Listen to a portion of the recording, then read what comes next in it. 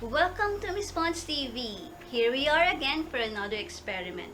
If you're new to my channel, please don't forget to subscribe and you can watch our other videos. Today, we will do an experiment about conductors and insulators.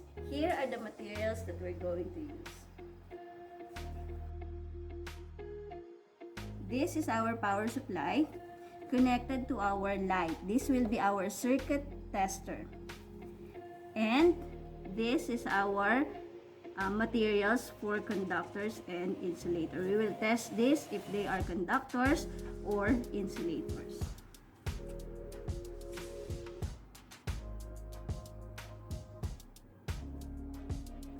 Now let's start our experiment.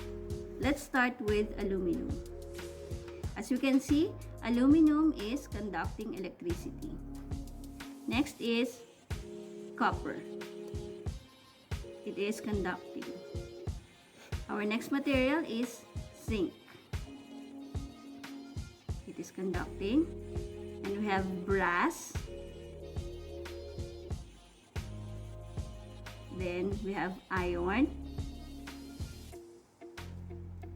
And we have lead. Carbon. So carbon conducts very poorly, and tin.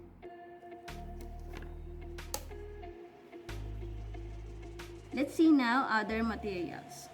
Let's see if the cloth is conducting. As you can see, cloth is an insulator. It does not conduct electricity.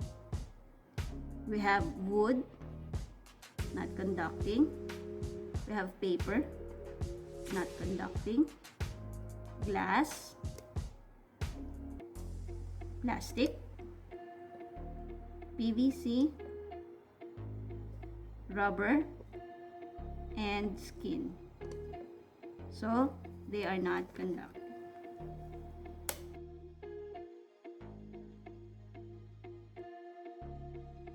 Conductors, we have aluminum, copper, zinc, brass, iron, lead, carbon, tin.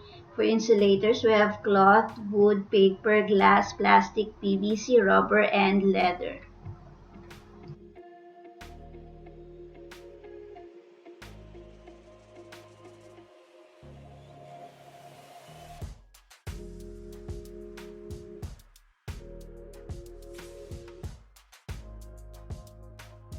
Thank you for watching. I hope you learned from our video today.